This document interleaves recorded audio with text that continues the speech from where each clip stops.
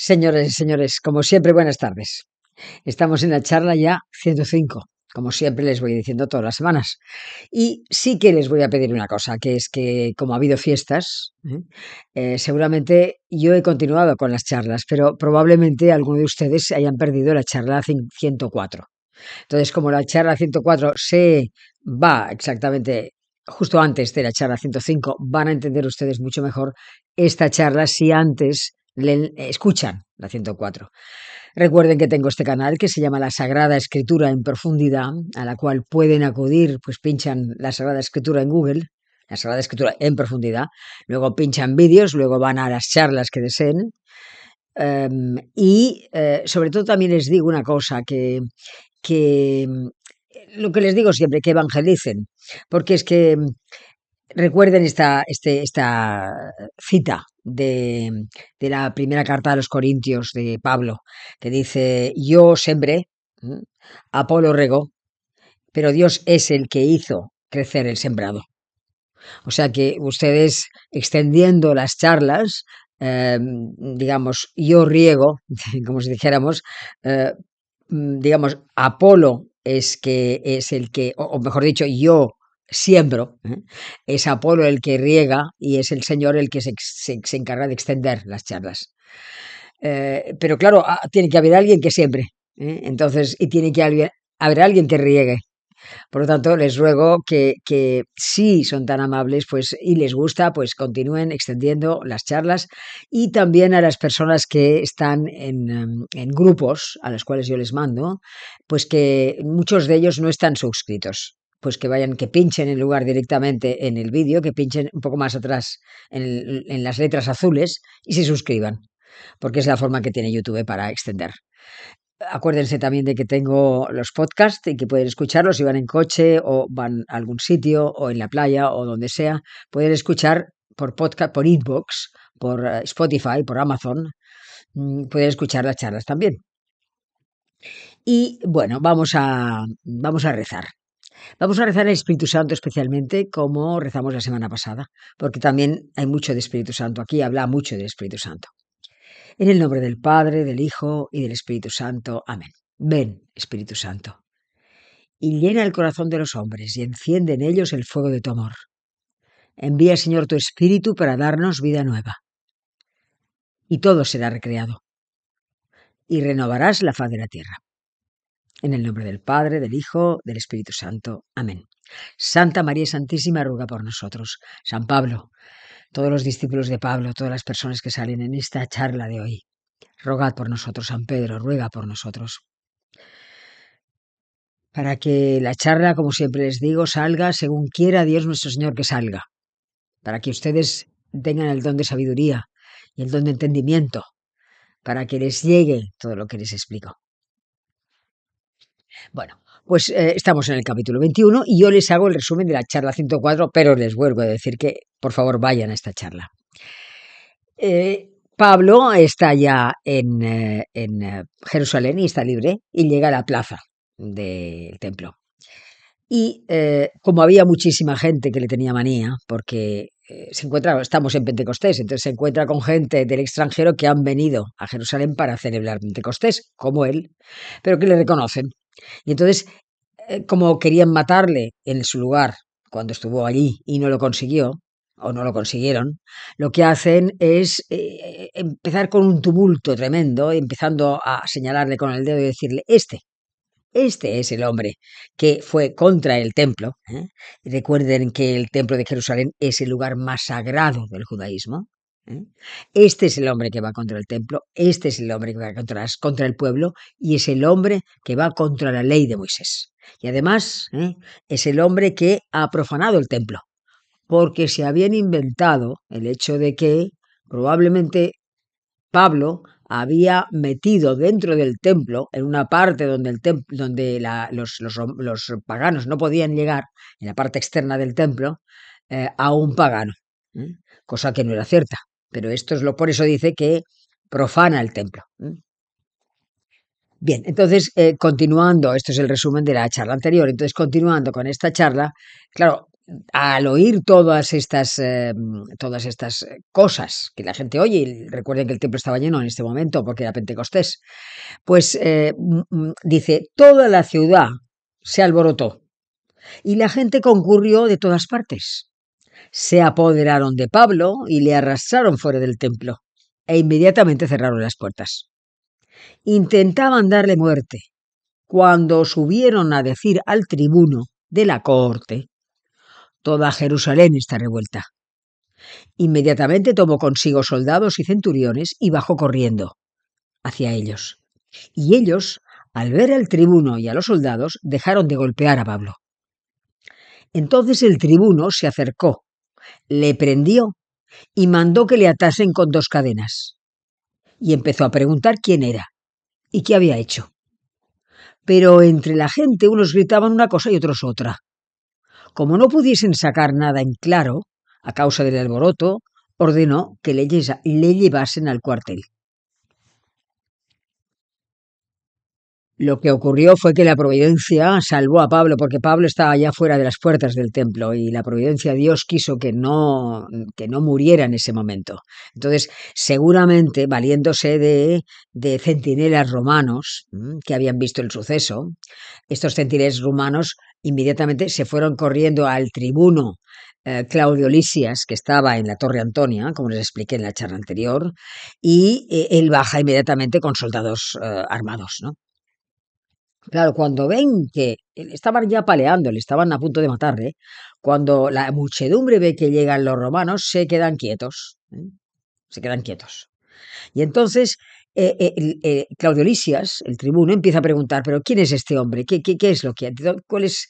Y como no se aclaraba, porque había tantísimo tumulto, una cosa es que dejasen de apalear a Pablo y otra cosa es que el tumulto continuase, como no dejaba de haber tumulto y ruido, él no se aclaraba, no entendía quién era esa persona. Pensaba que era el origen del problema que había habido. Y entonces es cuando le dice, del texto dice, le ataron con 2 cadenas. Y aquí ven ustedes que se cumple la profecía del profeta Ágabo. ¿Recuerdan ustedes cuando hace 2 o 3 charlas yo les hablé de que Pablo estaba haciendo todos sus preparativos para seguir subiendo a Jerusalén para Pentecostés? Cuando de repente se apareció en Cesarea el profeta Ágabo, del cual ya teníamos conocimiento, y que bajó de Judea y dijo, esto dice el Espíritu Santo, así atarán los judíos en Jerusalén al hombre de quien es este cinturón, y le entregarán en manos de los gentiles. Y le entregarán en manos de los gentiles. O sea que aquí están pegando a Pablo, separan al ver a los romanos e indirectamente debido a que ellos no dicen nada, Claudio Lisias, el tribuno, le ata las manos. Por lo tanto, se cumple la profecía de Ágabo, porque indirectamente son estos judíos los que, al no decir nada, entregan a Pablo a los paganos, porque claro, los romanos eran paganos, gentiles o paganos, es lo mismo, ¿no? Bien, entonces recuerden que dice, como no pudieron sacar nada en claro a causa del alboroto, ordenó que le llevasen al cuartel que estaba encima en la fortaleza Antonia. Entonces dice, cuando iban ya a meterle en el cuartel, Pablo dijo al tribuno, ¿me permites decirte una palabra? Y el tribuno se queda quieto, parado, se gira y dice, pero ¿hablas griego? ¿Hablas griego? ¿Eh? ¿No eres tú entonces el egipcio que estos últimos días se amotinaron y llevaron al desierto a los 4.000 terroristas? O sea que, por lo visto, parece que había digamos, un líder, un líder, un revolucionario, que tenía como sueño apoderarse de Jerusalén. Y para esto lo que hizo fue, digamos, buscar de entre los más nacionalistas judíos a los más fanáticos y los llevó al desierto para preparar esta futura la idea que tenía de apoderarse de Jerusalén. Pero claro, los romanos lo sabían esto. Entonces, esto que les explico es verdad. O sea, esto está atestiguado por el autor, por el escritor Flavio Josefo, que era un historiador judío romano, y está explicado 2 veces en las antigüedades judías y en las guerras de los judíos. O sea que esto es verdad. La gente sabía, en ese momento existía este hombre de origen judío, perdón, egipcio. Entonces, claro, claro, dice, entonces él se queda sorprendido porque está con un preso que habla griego y que no es el que quiere apoderarse de Jerusalén. ¿eh? Entonces le dice, él contesta, Pablo contesta y dice, no, yo soy un judío de Tarso, de Cilicia, una ciudad no insignificante, contesta él. Y claro, aquí sí que yo les ruego que vayan a la charla que tengo yo, la charla 42. Si estamos en la 105, vayan a la charla 42. Busquen los hechos de la Sagrada Escritura en profundidad, pinchen en la charla 42 y verán, les explicaré, ahí les explico cómo era Pablo de joven, es decir, en función de explicarles cómo es la ciudad de Tarso, yo les explico la vida posible que hubiera podido tener Pablo en Tarso. Y conocerán un poco más de la juventud, porque luego ya a los 15 o 18 años ya se va a Jerusalén, ¿no? Pero bueno, les aconsejo esta charla, la 42. Y claro, él dice, bueno, yo soy de Tarso, una ciudad que verdaderamente era importante, ¿no? Entonces dice, Pablo dice, te ruego que me permitas hablar al pueblo. Se lo permitió. Pablo, de pie sobre las escaleras, pidió con la mano silencio al pueblo. Y haciéndose un gran silencio, les dirigió la palabra en lengua hebrea. Lengua hebrea que hay que decir una cosa, hay que decir que era lengua, en realidad era lengua aramea, es decir, les habló en arameo, porque era la lengua coloquial de la gente en Palestina cuando volvió del cautiverio en el siglo VI antes de Cristo. Esto lo explicaré yo más adelante cuando explique el Evangelio de San Lucas, porque allí ya les digo que mezclo mucho Antiguo con Nuevo Testamento. Pero que sepan que hubo un momento en que los habitantes del reino de Judá fueron exiliados a Babilonia. Y esto allí en el siglo VI antes de Cristo. Y allí estuvieron unos 70 años hasta que Ciro, rey de los persas, les da el permiso para volver al lugar de donde vinieron. Entonces, a partir de entonces se habla arameo. Entonces, digamos que el hebreo se utilizaba sobre todo para la liturgia del templo. Lo que se hablaba con respecto al griego, se hablaba en griego, pero el griego era más bien era la lengua comercial y administrativa.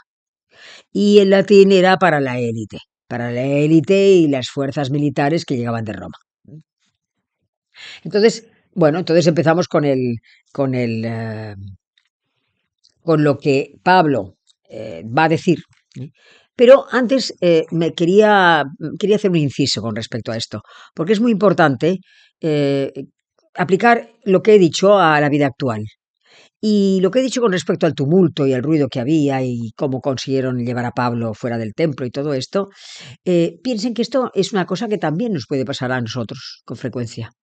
Porque miren, supongamos que estamos, yo qué sé, con un grupo de amigos. Con un grupo de amigos o acabamos de comer y estamos viendo la televisión o estamos leyendo y suena el teléfono, por ejemplo. O algún amigo en una reunión dice algo. Y es algo extremadamente desagradable para ustedes. O sea, es algo que les ofende. Entonces, en lugar de ponderar lo que acaban de oír o pensar con calma y dilucidar las cosas, tendemos a actuar con ira, con rabia, por impulso. Y esto sí que les tengo que decir, que es el enemigo que nos tienta para que haya confusión. No lo duden. La contraria de la confusión es la paz.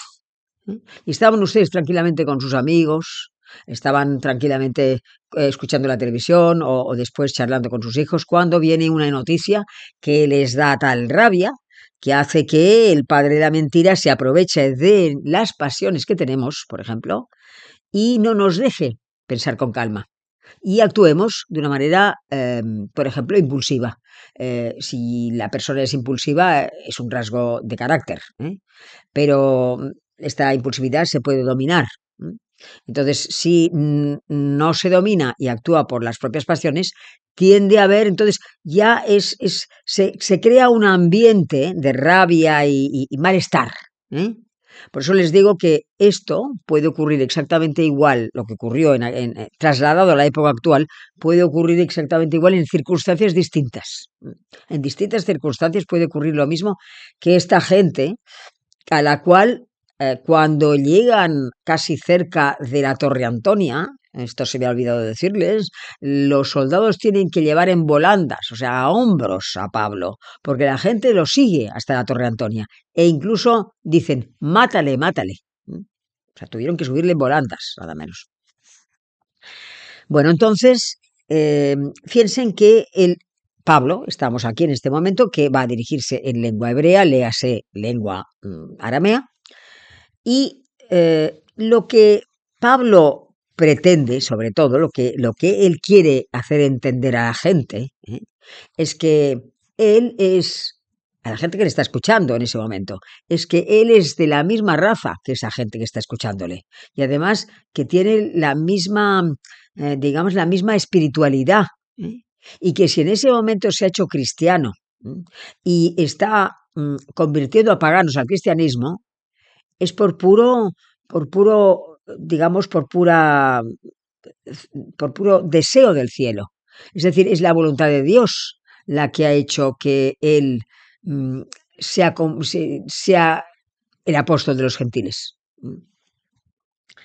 Entonces se dirige a ellos y les dice, hermanos y padres, les dice, escuchad la defensa que ahora hago ante vosotros. Al oír que les hablaba en lengua hebrea, léase maramea, guardaron más profundo silencio. Claro, dice hermanos, por lo que les he dicho, ¿no? Y padres, porque es el título que recibían los dirigentes de la nación judía. O sea, era como una dignidad social, por si en aquel momento hubiese algún dirigente importante. Por eso dice padres y hermanos, hermanos y padres. Entonces dice, yo soy judío, ¿eh? Nacido en Tarso, de Cilicia, pero educado en esta ciudad, o sea, en Jerusalén, instruido a los pies de Gamaliel, en la exacta observancia de la ley de nuestros padres. Claro, cuando la gente oye que está hablando de Gamaliel, ya hay muchísimo más respeto, porque Gamaliel, recuerden que era un doctor de la ley, era un rabino, que era muy respetado, muy querido, muy bueno, muy correcto, lo que les he dicho antes, ponderaba las cosas, no se lanzaba. Y claro, cuando dice que, y además era honesto, o sea, ya les digo, recto. Entonces, cuando oyen que ha sido educado a los pies de Gamaliel, pero les choca y piensan, no, es que si una persona ha sido educada a los pies de Gamaliel, quiere decir que Gamaliel no hubiera tenido nunca un discípulo que fuese en contra de la ley de Moisés. Y entonces es cuando empieza, ahí de hecho, si ustedes van a la charla 26 de todas las charlas mías, verán cómo Gamaliel en un momento dado defiende a Pedro y los apóstoles que están en la cárcel y han salido, y el Sanedrín no sabe qué hacer con ellos, y hay un momento que Gamaliel para y dice, a ver, un momento, porque si estas cosas de lo que hablan ellos es de Dios, continuará adelante. Y si no, se deshará como otras cosas que han ocurrido antes, otras personas que han venido diciendo una serie de cosas y que luego han desaparecido. O sea, vean ustedes la cabeza que tenía Gamaliel, ¿no? Y esto lo encuentran en la charla 26. Bueno, pues entonces es cuando Pablo empieza a contar lo de las cartas credenciales, cómo era él con respecto a la persecución de todos los cristianos, y también explicará su conversión. Y esto sí que lo vamos a dejar para la próxima vez para que ustedes disfruten bien. Está en otra charla ya, pero se lo volveré a explicar para que ya haya una continuidad en esto. Sí, les voy a hacer las preguntas de siempre. Las preguntas, no de siempre, las preguntas que suelo hacerles al final, últimamente, para que ustedes penetren y profundicen en todo lo que yo les acabo de decir.